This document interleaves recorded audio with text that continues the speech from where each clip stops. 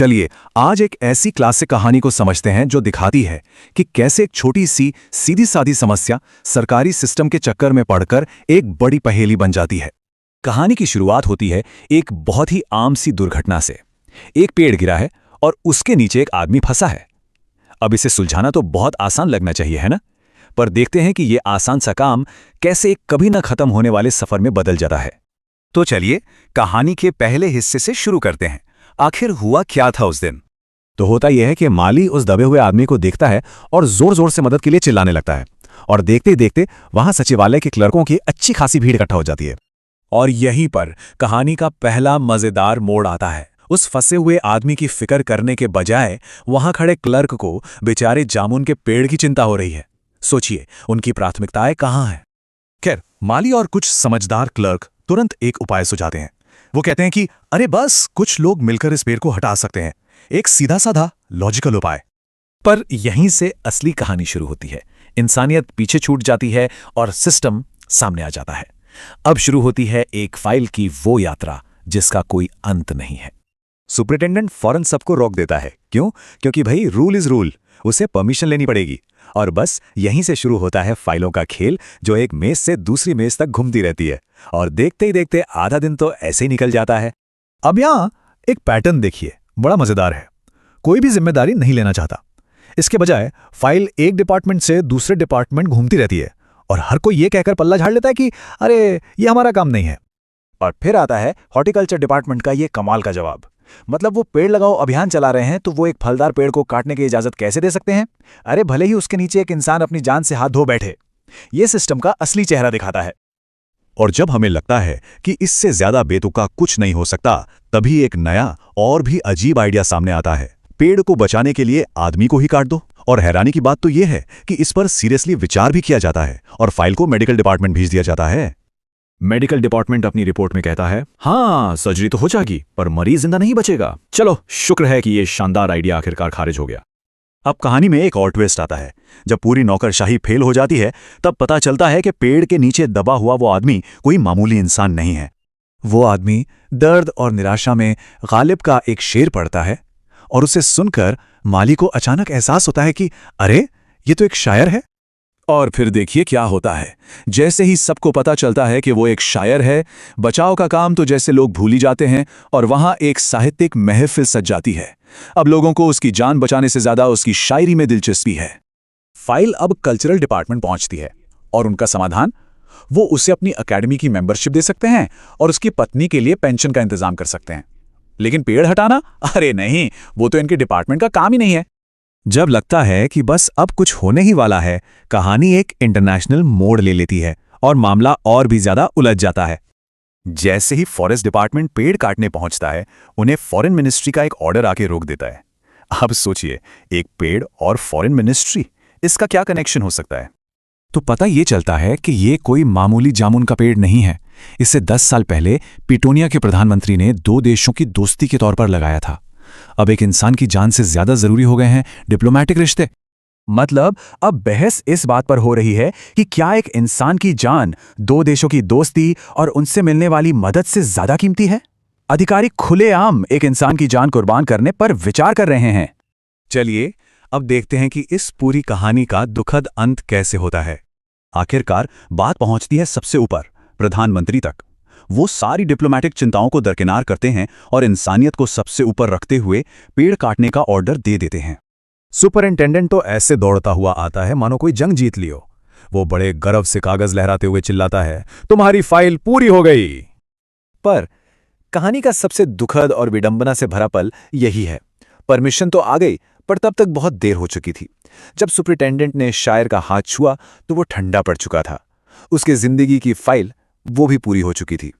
ये कहानी हमें एक बहुत गहरे सवाल के साथ छोड़ जाती है। जब हम ऐसे सिस्टम बना देते हैं जो नियमों को इंसानों से ज्यादा अहमियत देते हैं, तो उसकी असली कीमत आखिर कौन चुकाता है? ये एक ऐसा सवाल है जो आज भी उतना ही सच है जितना 70 साल पहले था। कहानी है सरकारी दफ्तरों के उस अजीबो-गरीब कामकाज के बारे में जिसे रेड टेप या लाल फीताशाही कहते हैं, और ये उस पर एक जबरदस्त तमाचा है। कहानी की शुरुआत ना बहुत ही सीधी सादी है।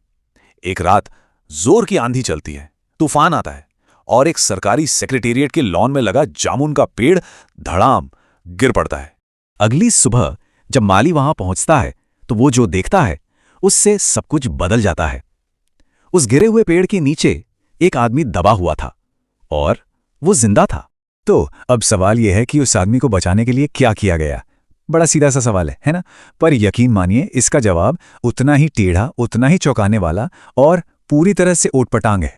तो चलिए इस कहानी की परतों को खोलते हैं। इसे लिखा है कृष्णचंद्र ने, जिन्हें व्यंग्य का, सटायर का मास्टर माना जाता था। उनकी खासियत ही यही थी कि वो हंसी हंसी में समाज की बड़ी बड़ी कमियों पर चोट कर जाते थे।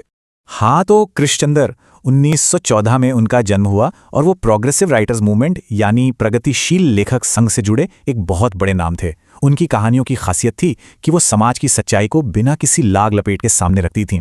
और जामुन का पेड़, भाई वो तो इसका एक क्लासिक एग्जाम्पल है। अब देखिए, बात तो एकदम सीधी है। एक आदमी पेड़ के नीचे दबा है, उसे तुरंत बाहर निकालना चाहिए, है कि नहीं? लेकिन ऐसा होता नहीं है। अरे मदद तो दूर की बात है, वहां तो शुरू हो जाता है सरकारी फाइलों और नियमों का एक ऐसा खेल जो कभी खत्म ही नहीं होता। और बस यहीं से शुरू होती है असली कागजी दौड़।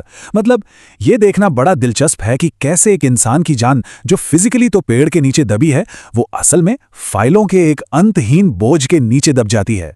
तो होता क्या है, एक फाइल तैयार की जाती है और ये फाइल अपना सफर शुरू करती है। सुपरिटेंडेंट से जाती है अंडर सेक्रेटरी के पास, फिर डिप्टी सेक्रेटरी, फिर जॉइंट सेक्रेटरी, फिर चीफ सेक्रेटरी और घूम घूम कर आखिर में पहुंचती है मंत्री जी के पास। जरा सोचिए, किसी भी एक्शन से पहले उस फाइल का इस पूरे चक्रव्यूह से गुजरना जरूरी है। और पता है सबसे दुख की बात क्या है? जब तक ये फाइल एक टेबल से दूसरे टेबल की सैर कर रही होती है, वो आदमी बेचारा वहीं पेड़ के नीचे दबा दर्द से कराह रहा होता है। एक तरफ कागज की धीमी रफ्तार और दूसरी तरफ एक इंसान की तड़पती हुई जिंदगी।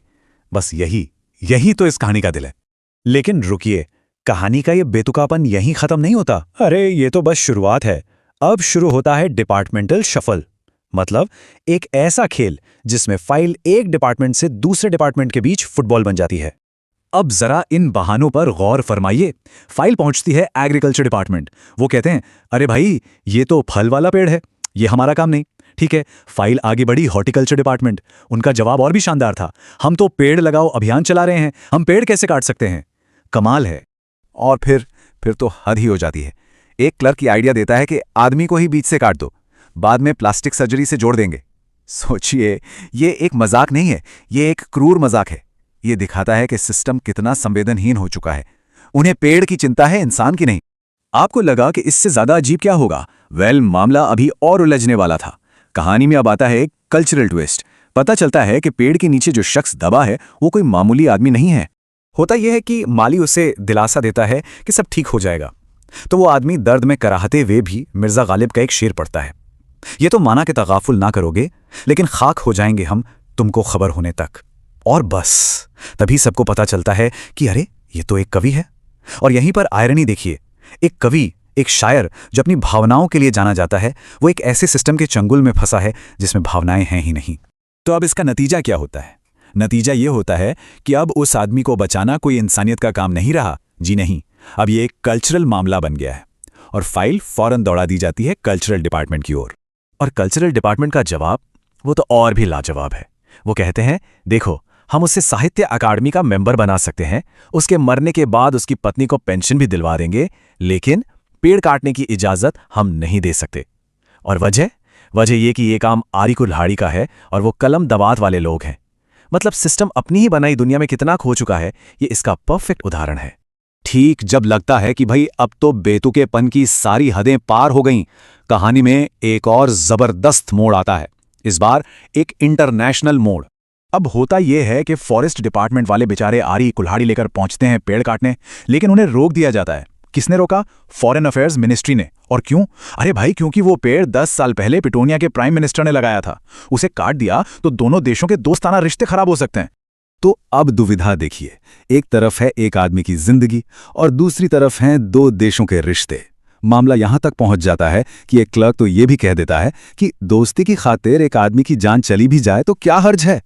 तो कई दिनों की देरी के बाद, विभागों की इस खींचतान और एक इंटरनेशनल डिबेट के बाद आखिरकार फाइल पहुंचती है सबसे ऊंची कुर्सी तक, यानी प्रधानमंत्री के पास।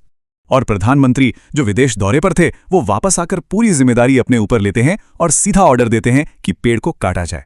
सुपरिटेंडेंट ये खबर लेकर खुशी से भागा भागा उस आदमी के पास जाता है और चिल्लाता है, मुबारक हो, तुम्हारी फाइल पूरी हो गई। लेकिन कहानी का सबसे दर्दनाक और सबसे तीखा व्यंग यहीं पर है। जब तक ये इजाजत आती है तब तक बहुत देर हो चुकी थी। कवि का हाथ ठंडा पड़ चुका था, उसकी सांसें थम चुकी थीं। दफ्तर की फाइल तो पूरी हो गई थी, पर उसके साथ साथ उसके जीवन की फाइल भी हमेशा के लिए पूरी हो चुकी थी। तो आखिर में ये कहानी हमें क्या दिखाती है? ये दिखाती है उस लाल पीताशाही की बेतुकी दुनिया को। ये दिखाती है कि कैसे नियम कानून कभी कभी इंसानों से ज्यादा जरूरी हो जाते हैं। ये उन सिस्टम्स पर एक सवाल है जो इतने कठोर हो जाते हैं कि उनमें इंसानियत के लिए कोई जगह ही नहीं बचती। और आखिर में ये कहानी हम सबके लिए एक बहुत जरूरी सवाल छोड़कर जाती है। आज की दुनिया जो नियमों, कानूनों और प्रोसीजर से भरी पड़ी है, इस दुनिया में हम ये कैसे सुनिश्चित करें कि हम अपनी इंसानियत को सबसे ऊपर रखना कभी ना भूलें।